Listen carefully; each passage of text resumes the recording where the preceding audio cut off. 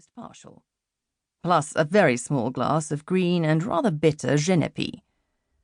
The journey from Geneva to the border was swift and smooth, but as soon as we'd crossed into France, things took a turn for the worse. Bad weather, stubborn horses, an irascible driver.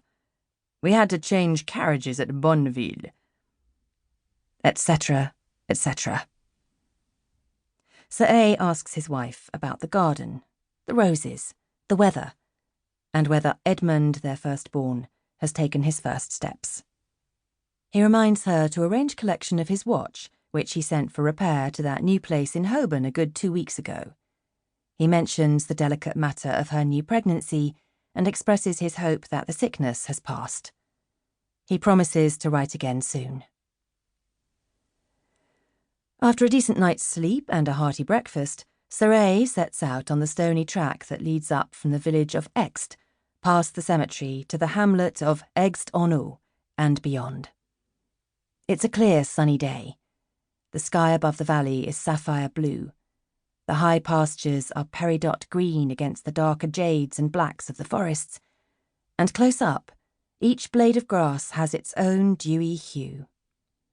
Wild flowers, red, gold, and purple jewels, glisten by the roadside. And between the sky and the flowers, as if suspended between heaven and earth, the white-capped, rising ridges, cols, and peaks.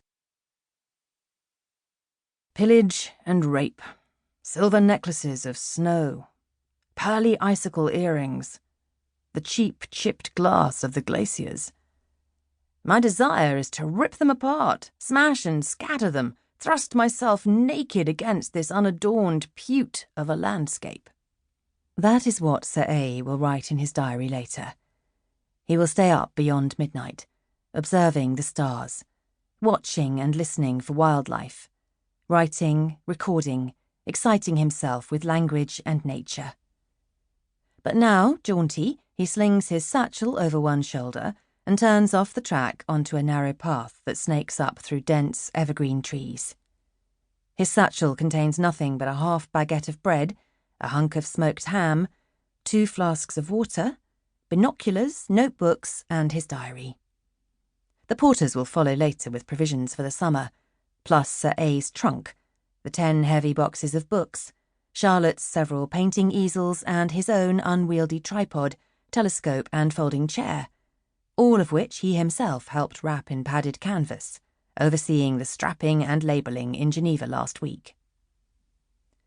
After striding at a slow but steady pace, up hill and down dale, as he likes to say, or over the hills and far away, as he likes to hum and sometimes sing, until the sun is almost directly overhead, Sir A arrives at the spot where the only dwelling is a large, square, wooden chalet.